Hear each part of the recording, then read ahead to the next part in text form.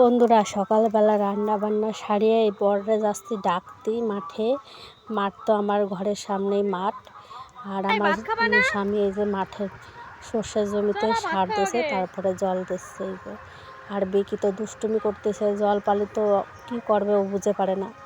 তো যাই হোক, এইদিকে জল দেওয়া হয়ে গেছে, তারপরে এই যে পাইপ সেট করতেছে জলটা যাতে ওইদিকে ভালোভাবে দেওয়া হয়ে যায়। আর আজকে ভাবতেছি যে মাঠে ভাত খাবো আমরা তিনজনে।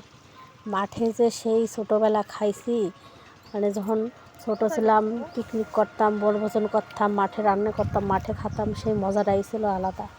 তো আজকে ভাবতেছি যে তিনজন মিলে একসাথে খাবো। বিকিও তো অনেক খুশি হয়েছে, মাঠে বসে ভাত খাবে কলা পাতা করে।